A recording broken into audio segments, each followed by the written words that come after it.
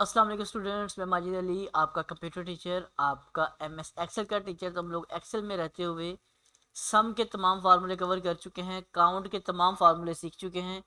अब इन दोनों फंक्शंस के बाद हमारे पास नेक्स्ट जिन फंक्शंस के ऊपर मैंने काम करा वो है मेरे पास एवरेज। मैंने यहाँ पे AVE लिखा है, तो मेरे पास यहाँ पे 5 टाइप्स आ रही हैं एवरेज की, जिनसे हम अलग अलग काम कर सकते हैं। और मैं आपको ये जो फर्स्ट AVE और DEV एवरेज डेविएशन आ रहा है, इसको मैं लास्ट पे कवर करूँगा आपके साथ, ताकि आपको कि उसमें आपका ये एवरेज वाला फार्मूला इस्तेमाल होना है। तो पहले हम इन चीज़ों को समझने के बाद फिर उसमें जाएंगे। तो आज का पहला ये करवाऊँगा मैं आपको 500 के 500 ही, लेकिन शुरुआत में कर रहा हूँ जी एवरेज के फंक्शन से। एवरेज हम पहले समझेंगे, उसके बाद फिर एवरेज डेविएशन या लास्ट में रखेंगे एवरेज डेविएशन को, फिर बाकी चीज़ें लेके चलेंगे। अब बारी आती है जी हमारे पास एवरेज। एवरेज का फंक्शन क्या है और ये हमारे पास कैसे काम कर सकता है, इसको हम ट्राई करेंगे अपने पास। इसमें काम करने के दो तरीकाकार हैं, एक फंक्शन के साथ है, एक मैनुअल है। तो मैं कहता हूँ मुझे कुछ डेटा रिक्वायर्ड है जिससे मैंने काम करना है। मैंने कहा ये मेरा डेटा कुछ लिखा हुआ आ रहा है मेरे पास, कुछ भी सबसे आसान 10 20 30 तीन सेल एंटर किए हैं मैंने अपने पास। मुझे इसकी एवरेज पता करनी है जी, आकर जिसकी AVE और जी एवरेज पता करने का फार्मूला क्या है, इज इक्वल टू एवरेज लिखनी है आपने। और इन तीनों को, दसों को, पांचों को, जितने सेल्स आ रहे हैं सबको सेलेक्ट करना है, ब्रैकेट क्लोज करनी है और एंटर का बटन आपने दबा देना है यहाँ से अपने पास आकर। तो जैसे ही आप इसे एंटर का बटन दबाते हैं तो हमारे पास क्या लिखा आता है, एक एवरेज निकल के आपको नजर आनी शुरू हो चुकी होगी। आप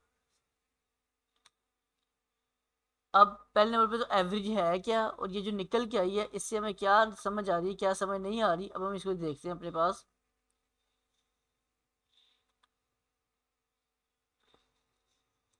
समझने के लिए एवरेज का कॉन्सेप्ट कि है क्या, एवरेज एक्चुअल में होती क्या है और ये क्या इसकी फंक्शनैलिटी है।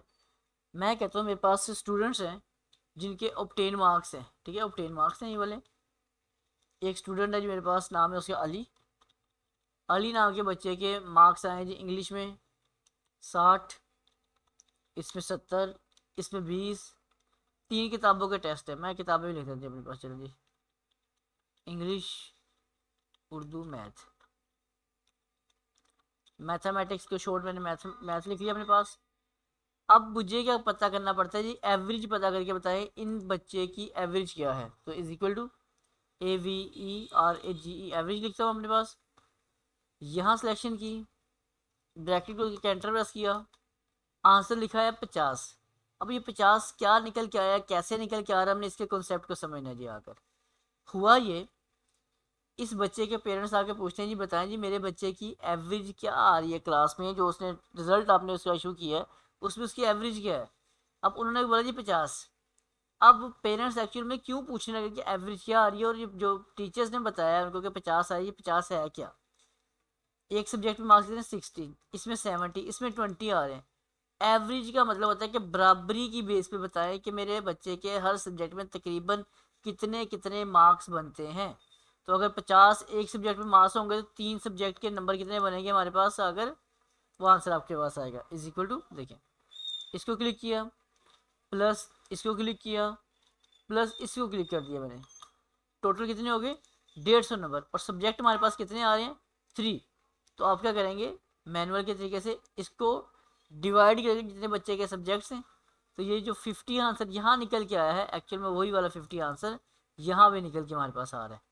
तो ये है एवरेज का फंक्शन, जो कि आपको मैंने यहाँ से अप्लाई करके दिखाया, जो कि मैनुअल भी करके दिखाया कि किस बेस पे काम हो रहा है। एक और छोटी सी एग्जांपल दे देते हैं ताकि आपको बस समझ आ जाए इस बात की, एवरेज की।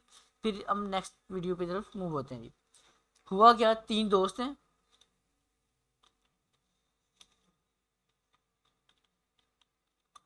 एक,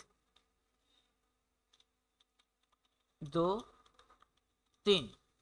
ये तीन लोग हैं, जिसमें हो क्या रहा है जी, इस बंदे के पास पैसे पड़े हुए हैं जी। आकर हम लोग बनाते हैं यार, चलो एक काम करते हैं, घूमने चलते हैं जी। हम लोग चलते हैं जी मरी।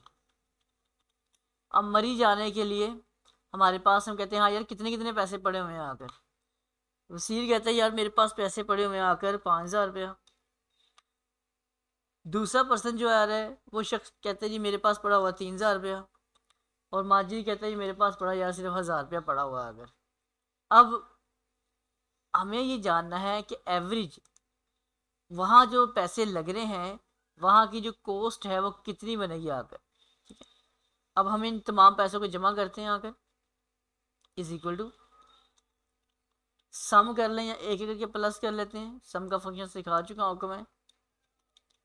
9,000 रुपया टोटल लग रहा है जी हमारा, इकट्ठा हुआ हमारे पास पैसे ये वाले। और मरी जाने के लिए हमें पैसे कितने चाहिए थे? 9,000 रुपया ही चाहिए था। लेकिन अब हुआ क्या, अगर इसकी हम बराबरी भी करते हैं, हम लोग ये कहते हैं यार आगे के तरीकाकार ये हमारा, हम टूर पे जाएंगे लेकिन जो पैसे हैं वो बराबर बराबर करने आकर। मतलब ये कि अगर बसीर के पास 5,000 तो उसको 5,000 पे करने की जरूरत नहीं है। हमारा जो ट्रिप के ऊपर पैसे खर्च होना वो होना है 9,000 रुपया।